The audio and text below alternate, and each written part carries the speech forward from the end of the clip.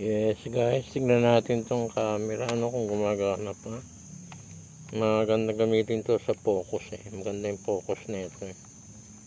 Ito yung mga cassette tape pa pero meron din. Yun naman ba eh.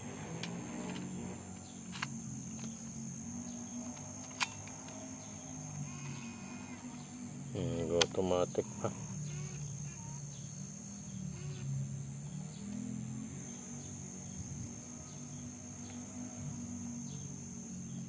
Ano, okay pa.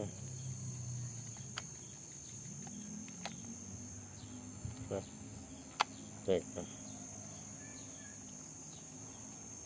Huwag na nga.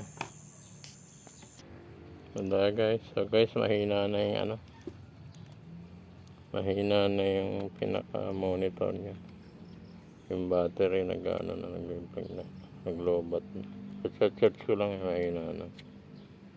Saglit lang bumukas hindi nawala na.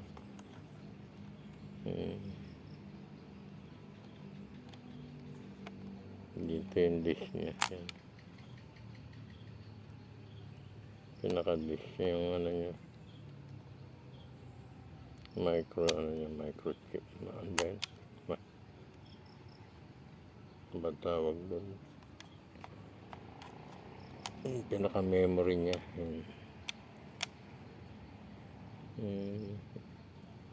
Ang ganda kasi ito 1,000 times zoom eh. So ang gandang i-focus na ito lalo na sa mga printed board. Nagamit ko na ito yung lalo na doon sa top board, yung dikit-dikit. Ang ganda. Yung cellphone kong ginagamit hindi masyadong ma-focus eh. Pero ito ang lakas ng focus na ito.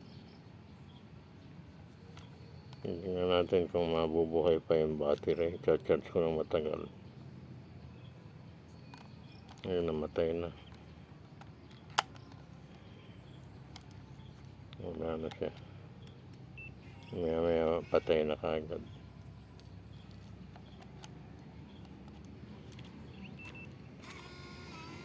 Dati pag muna yun ang lakas eh. Pag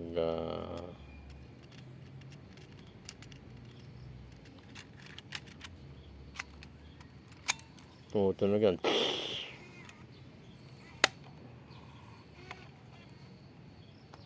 Pero mamaya mawawala ulit.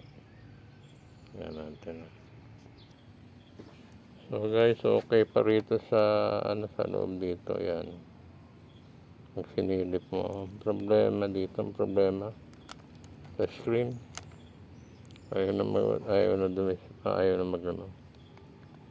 Pero yun sa picture tsaka sa camera okay pa. Kaya lang dito mo sisilipin, wala na siyang monitoring. Okay pa naman yung battery niya. Ganda. Okay. So guys, okay. Dito na lang. Hindi na magamit. Mas magandang gamitin dito. Hirap magsisilip eh. Gamitin ko sana sa pang photo. Maganda ito mag-focus kahit malayo.